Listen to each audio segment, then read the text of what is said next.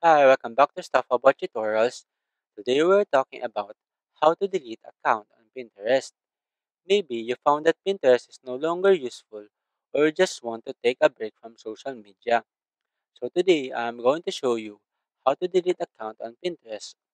Check video description and I will try to leave the written instructions. So let's start. First, open your Pinterest application and log into your account. Once you're logged in, tap on this profile icon located at the bottom right corner of the screen. This will take you to your profile page. On this page, tap on this three dots icon located at the top right corner. A menu will appear, and here, you should select this settings option. On this window, tap on this account management option.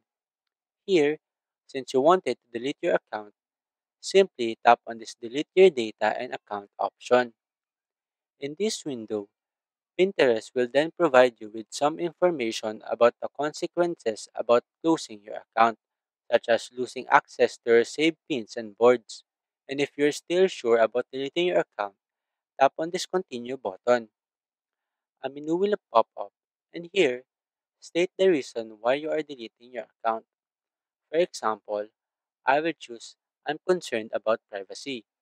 Then tap on this send email button. Now, wait the email for the confirmation of deleting the account.